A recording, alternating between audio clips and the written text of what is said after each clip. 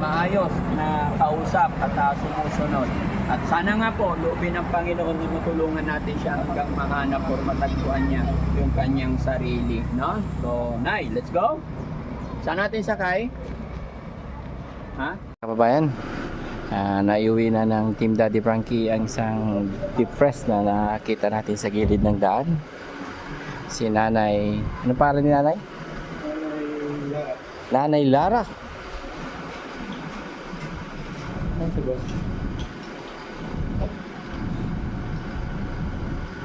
Nanay Lara, calm down.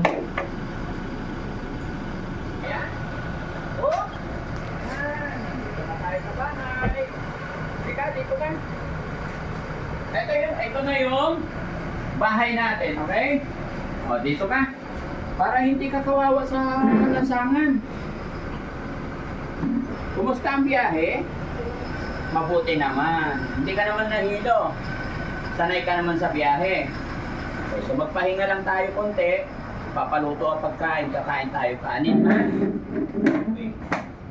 Naalala mo ba, Nanay Lara, kung ilang taon ka na talaga? 31 talaga. Wala kang anak?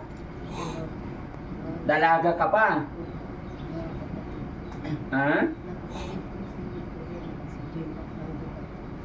May mga kapatid ka? Nasa Baguio City. Bakit hindi ka pumupunta sa kanila para may pamilya ka?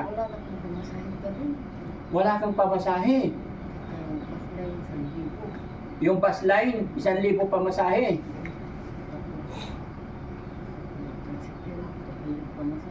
Tricycle, magkano? 200 naman. Huwag kang mag-alala. Dito, pansamantala, ito muna ang iyong bahay. Ha? Oo. Hindi, doon mayroon kang higaan doon. Para masarap ang tulog. Maganda ang higaan, masarap na pagkain. Tapos bukas, maligo tayo. Ha? Hindi ka maliligo? Tapos? Oo. Ikaw maliligo. Ay, inumin mo. O, pahingin tubig daw. Then, napakain na natin to. Unti-unti na natin makukuha yung tamang information sa kanya. Ay, yung mga pagkakakilanlan sa kanya. Mainit, no? Sobrang init. Lalo na pag nandun ka sa kalsada lang. Pero tama yan. Mag-inom ka lang na mag-inom ng tubig. Ako rin, inom din ako tubig. Pagod yung tubig ko. Ako nasa likod? Sa likod mo nilagay? Okay. Ay, may kuto pa! Walang kuto? Oo. Gusto mo paayusan ko yung hair mo? Pero kailangan maligo muna. Kaliguan ni Kuya ba? Ha? Kaliguan ni Kuya. Ha? Oo, sige. Mamaya lang konti, pahinga ka muna. Relax ka lang dyan, ha? Pipilian ka namin ng damit. Nandito? Oo, happy? O, gusto mo may electric fan? Ayun! Ha? Maganda. Gusto mo may electric fan? O, kaya pala, nainitan naman. O, buksan nyo yung aircon para mamaya, pag nabihisa na. Ayan o, naku, no? Libag-libag na yung braso mo na, Lara. Ito, puro putik na. Ha? Pero huwag kang mag-alala, magiging maayos yan. Pag nakaligo ka, yung mga paa niya mga kababayan, puro sugat-sugat. Patingin ang palad mo, Nay. Ay, palad? Yung paa, tinan mo, may kalyo na. Ganyan, Nay, ganyan, patingin. Yung isa, ayan, no? Oh. Naku, ang kapal ng kalyo. So ito, ang kapal. No? So hindi lang to 2 taon naglalakad-lakad. Tingnan nyo mga kababayan, yung isa, Nay, yung isa. Hindi ba sakit? Hindi, ito sa paa mo, patingin. Patingin. Oh, ang parehas, oh. Ang kapal ng kalyo, oh. Butas-butas na, Nay. No? So, huwag ka nang gagala-gala dito ka lang sa bahay. Alagaan natin yan. Makukulture yan, ha? Ito magandang ipaputs pa. kailangan matanggal yung kalyo. No? O, paputs pa natin, no? Facial, para maganda. Tapos yung hair mo, papaayos natin, no? Tingin ang hair mo na okay lang hawakan? Kaganda na si nanay. Ha? Oo. Ay, pulot-pulot na rin, dikit-dikit na rin. Pero hindi masyadong nagdikit-dikit kasi maiksi lang. Pero ang pinaka-apektado kay nanay, yung paa niya. Kapal. Ganda lang supply. Hindi, nagsusuklay kasi siya. Nagsusupply. Oo. Habit niya mag-supply. Yung baby oil. Ha? Baby oil para sa bubok. Lalagyan mo ng baby oil. Oo. No, saka na lang na pagkaano. Nay, saka na lang natin lagyan baby oil pag nakaligo na. Wala ba nanliligaw sa'yo, Nay? Wala naman po naman gym at to natutulog. Doon sa natutulog, wala. Paano yan, Nay, pag may manligaw sa'yo dito? Ha? May papakilala ako sa'yo, Nay. Okay lang? Okay lang, may pakilala ako sa'yo? Kuya Rizky. Yes, sir. Halika. Si Kuya Rizky, binata yan eh. Pwede? Ito nga, Kuya Rizky. Upo ka dito. Kuya Rizky, kausapin mo si Nanay Lara. Okay na yan. Tignan mo si Kuya Rizky. Mabait. Siya yung kasama natin, mag-aalaga sa'yo, ano? Kuya Rizky, kumustahin mo naman? Hi, how are you?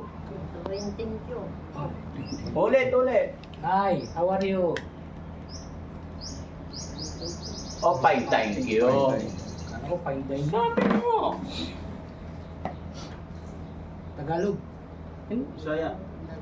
Wala ko alam sa Nokia. Dito no kaya Nay. Tay, kumain ka na? Tubig. Uminom ka na ng tubig. Kamusta mo naman yung pakiramdam niyo yung biyahe natin kanina? Maganda. Hindi pa rin facing mo. Ha? Mabilis? Malamig? Malamig? Maganda yung sasakyan. Maganda raw yung sasakyan. Noon pa, punta ako sa kuwan. Buhay pa sa Bindiyan ako, punta kami sa bunga. Okay lang, naiilang siya sa Nagpunta kayo sa saan? Saan? Noon pa, maganda ka mo. Hindi ko maintindihan. Pero nag-enjoy ka naman sa biyahe. Masarap mag-drive si Kuya Rizky. Wow! Tignan mo si Kuya Rizky. Magayan. Tignan mo si Kuya Rizky. Pogi? Ha? Oo. Pogi si Kuya Rizky? Wow! Thank you, Nay. Thank you. Thank you. So, Nay, magmula ngayon, ako si Daddy Frankie, si Kuya Rab, si Kuya Sam, si Boss JB, si Kuya Rizky. Mga kaibigan mo kami. Kami ang bago mong pamilya. No? Hanggat hindi ka nababawi ng iyong totoong family, kami muna ang pamilya mo rito. Okay? Huwag kang mag-alala, wala kang aalalahanin, safety ka po sa lugar na ito. Pagkain, magpapaluto ako araw-araw. Okay? Nay, alam mo ba yung Nay? Facebook tsaka YouTube? Alam mo yon? Nay, binibidyo po kita, Nay, para mapanood ito ng mga kamag-anak mo. Ngayon, Nay, pag napanood ng mga kapatid mo, ano po ang sasabihin mo sa kanila? Yung kapatid mo. Anong mensahe mo sa kanila? Anong sasabihin mo sa kanila? Maghingi ka ng damit sa kanila. Sige, sabihin mo para mapanood nila. Ayan mga kababayan, si Nanay Lara po, manghihingi daw po siya ng damit. Yan, baka may mga damit kayo dyan mga kababayan na hindi na nagagamit. Mapapakinabangan natin yan kaysa naman magluma-luma na dyan sa ating mga aparador. Kasi po parami na ng parami yung mga inaalagaan natin. Mga pain, Any size po mga kababayan. Kasi yung mga nare-rescue namin, may malaki, may maliit. Basta po yung mga hindi na po nagagamit ay tumatanggap po kami, no? Kaya sa lahat ng mga kapanood ng video ito, mga kababayan, at kung bago ka pa lang sa aking channel, ako po'y magpapakilala, ako si Daddy Frankie. Ito po ang misyon ng aming team.